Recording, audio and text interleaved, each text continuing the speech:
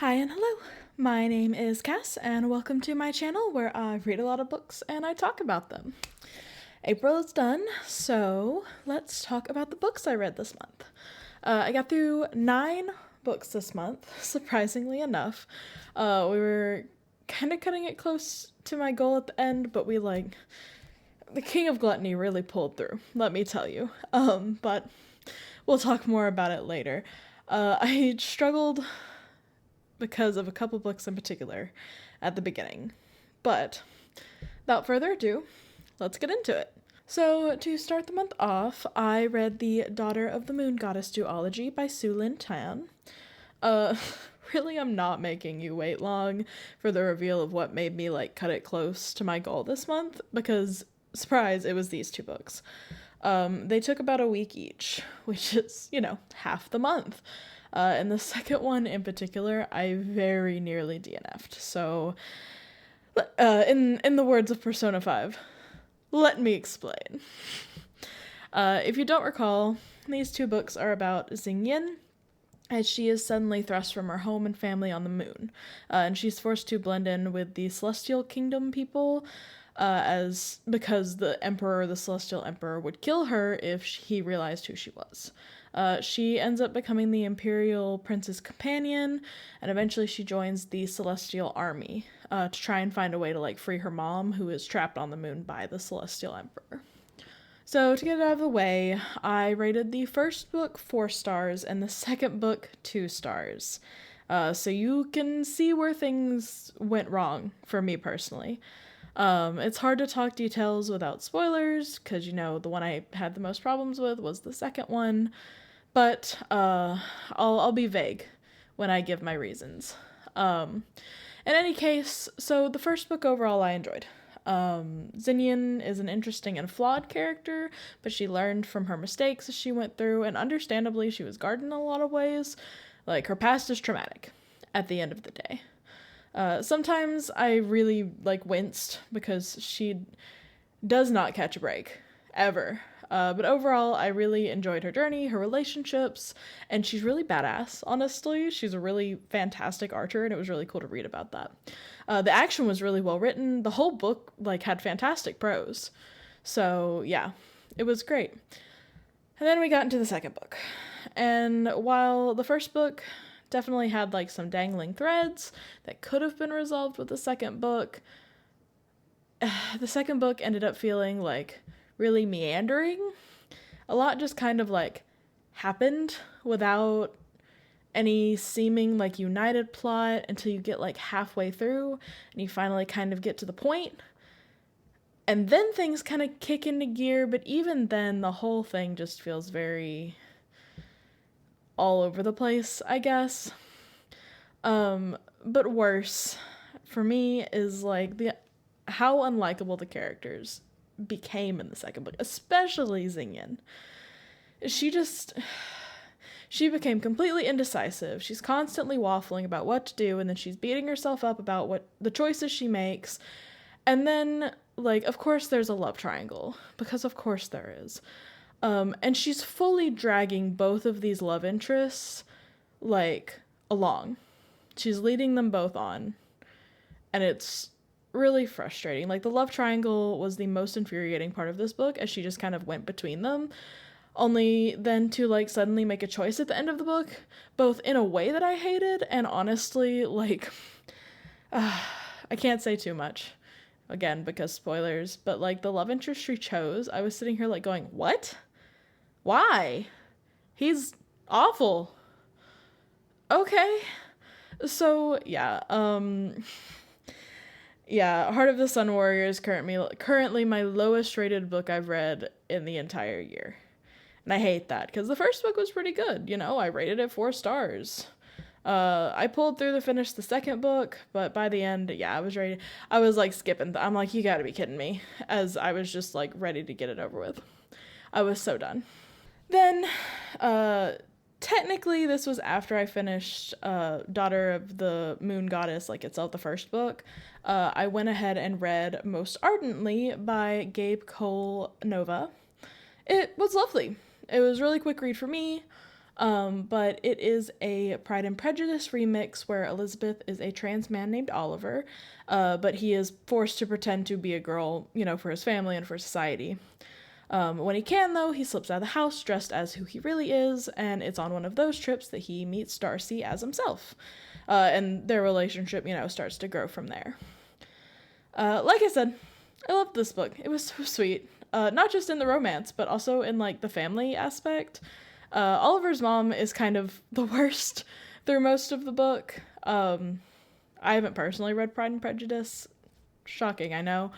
But I know, through osmosis of pop culture that's pretty similar to how she is in, the original. But his dad is, wonderfully supportive of Oliver, and so is his oldest sister. And I don't think it's too much of a spoiler to say that, eventually the entire family supports him. And it's just, it's very heartwarming. It's very sweet. And that's not to say that the romance isn't also great, of course, because Oliver and Darcy slowly falling in love, them fighting and making up. It was wonderful. It was so sweet to read. It was overall a very feel-good book. I gave it 4 stars. Just very cute. Then I listened to the audiobook for Stories of Your Life and Others by Ted Chiang. This was his first short story collection, and it has some of his earliest short stories, including one that was adapted into the movie Arrival. They're all sci-fi stories, so it's kind of an introduction for me into, I guess, more traditional sci-fi stories, I guess, if you can call it that.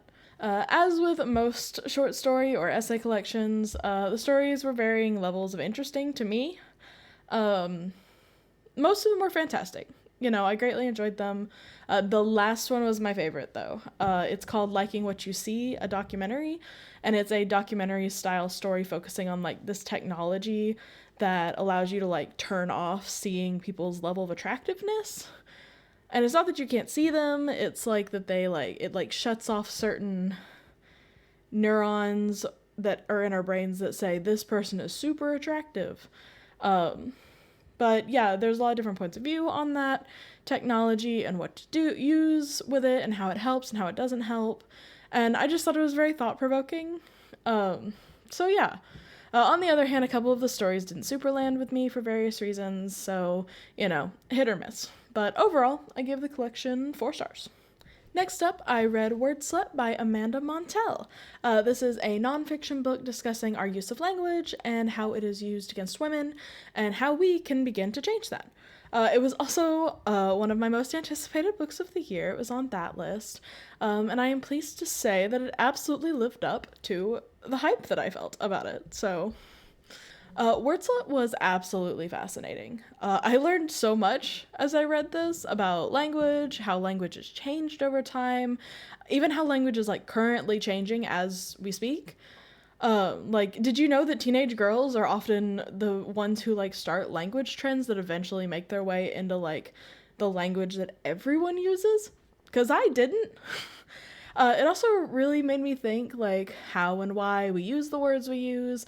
And I've been trying to work on some of my knee-jerk reactions on using some words as an insult, especially towards other women, and how I mean that. Because it's one thing if you're joking, I lovingly call my sister bitch all the time, and she calls me whore and slut lovingly all the time. So that's one thing, but to call someone that, in a derogatory way is a different thought process, and I don't know, I'm trying to be more aware of that now. Because we as a society can't change unless people individually make the choice to think about their words differently. So yeah, I gave this book 5 stars. I really liked it, and I'll probably I read it on ebook, but I will probably buy a physical copy eventually because I would love to annotate it and be able to reference it easier. So yeah. Then I read the first 2 books in the Blood at the Root series. The third hasn't been released yet, but it will be later this year in September, so I'll probably be picking it up then. This series is about Malik. I know it can be pronounced either Malik or Malik, so since not entirely sure, but I'm going with Malik. He is a 17-year-old black man who has magic that he's never really understood how to use, and he's mostly been kind of scared of it. He is like taking his foster brother Tay away from like Tay's awful foster parents. But in protecting Tay with his magic from these people as they're like getting out, he ends up alerting his grandmother to his existence, a grandma he, never knew even existed. And she reaches out to him and is like, hey, come here. This is where I am. I can explain things to you. So he ends up meeting her, and as a result, she convinces him to attend this school called Cayman University. It's a magical college for black students with magic, and that way he can learn to master it in a way that, he's never been able to. Of course, all is not well, because we wouldn't have a book without it. There's this mysterious group called the Bokers, who vanished, like, years and years ago, that have made a comeback, and they are killing kids to steal their magic, so kids are going missing. I had a really good time with this series. The magic system is super interesting, though it's definitely not like a hard magic system with like hard rules. The magic does whatever the plot needs it to do. But for me personally, that's not like something that bothers me, as long as it's not actively contradicting itself. I read all sorts of things. Magic, cool. The characters are generally fun, and Malik is a flawed but very interesting main character, and he learns from his mistakes, which I think is really important for a main character. Like, at the end of the day, he's a traumatized 17-year-old who has never had, like, any family except for, his foster brother who he has taken under his wing, and the books don't shy away from that part of him. Like, it is part of who he is, and he has to learn, from that. The second book, unfortunately, does kind of do that thing that trilogies do. It kind of sags. I think I talked about this a little bit in my TBR from last week. Trilogies, unfortunately, have that thing where the second book, the one in the middle, tends to sag a little. Because it's the bridge between the beginning and the end, and I still enjoyed it. I did have more issues with it, though. But overall, I did enjoy the series. It has some problems that bothered me a little bit. But I will absolutely be reading the last book in September. I'm hoping the series ends well. I gave the first book 4.5 stars, and the second 4 stars. So next up, I read the newest release from Anna Huang, King of Gluttony. I meant for this to be the last book I read this month, and to like spread it over the last 3 days because it came out on the 28th. But I started reading it, and I just couldn't stop. It was really fun. It's a little cheesy, of course, because it's a romance novel, but I loved it.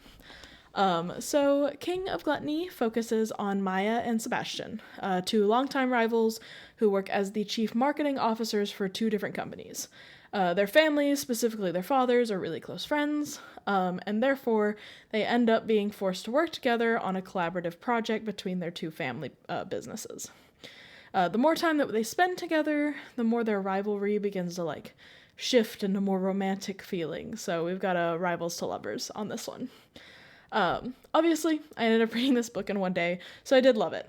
It was super cute. I was like reading it in bed, giggling and like kicking my feet as I did.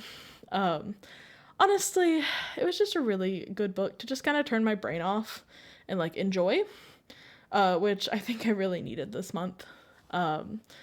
I've been really, really tired from just life recently, so this was a really good break from all of that. And finally, to wrap up the month, I managed to sneak in one extra book in, thanks to how I flew through King of Gluttony. This was not anticipated, but I was very happy about it, because it meant that I got to read You Did Nothing Wrong by C.G. Drews.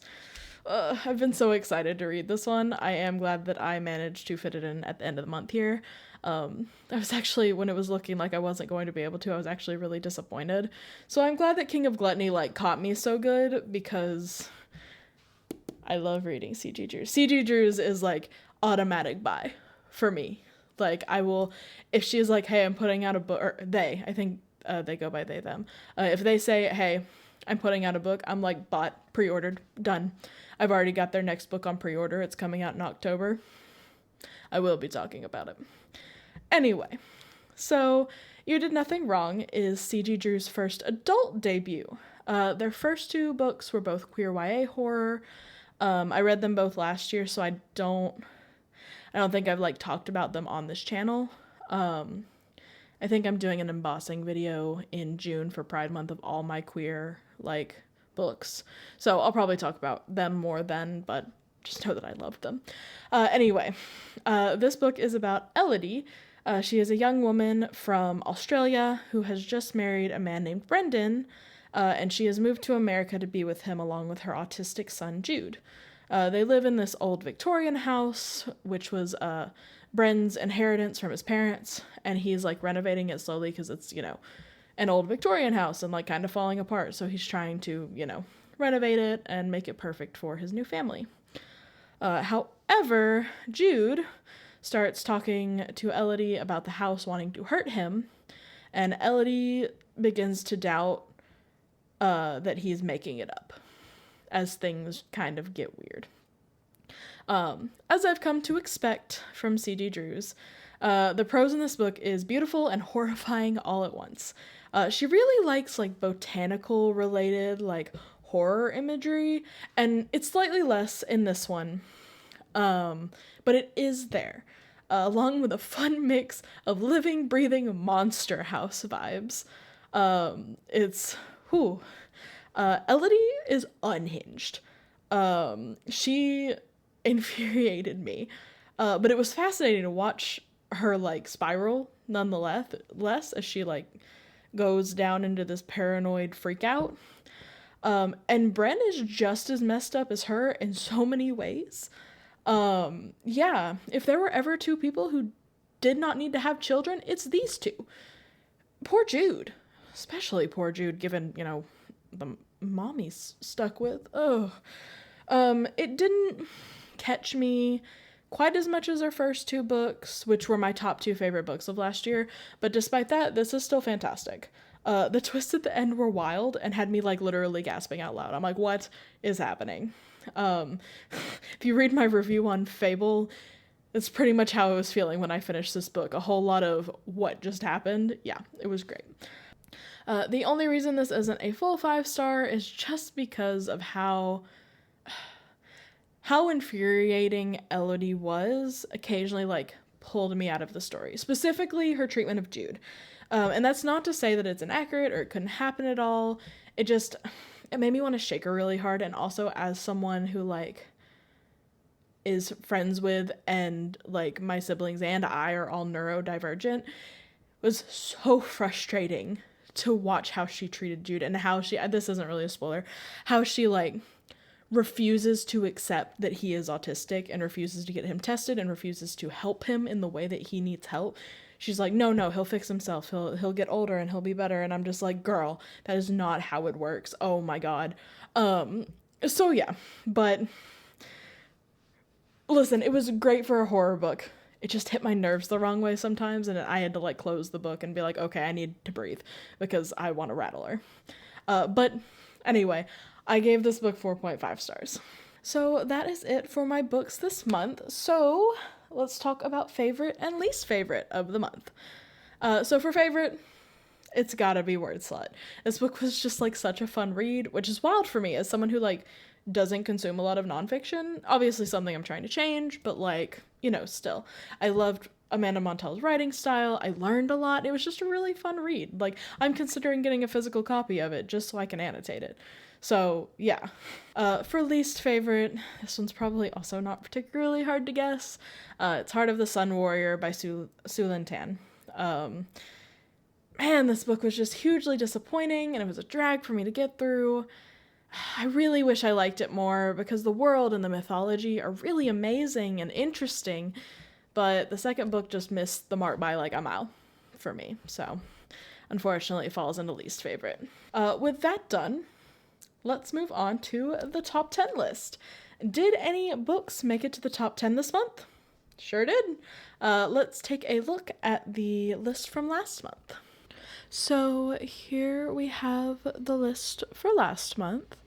At number 10, we have Good Spirits, the One of Us is Lying series, The Safe Keep, Theory in Dreaming, Study in Drowning, In the Dream House, Iron Widow, the Shepherd King duology, the Hierarchy series, and finally, at number 1, we have a stage set for villains.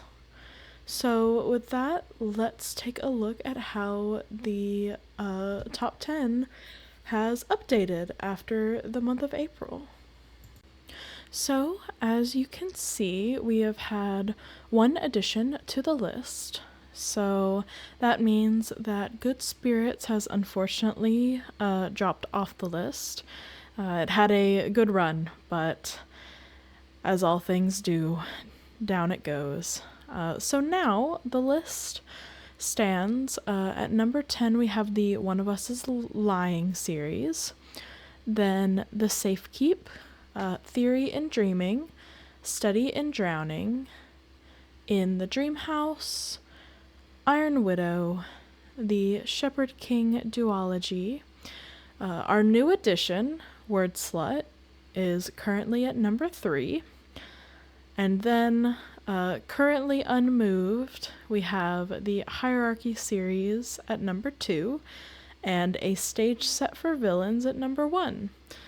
Honestly, I didn't expect the Shepherd King duology to fall.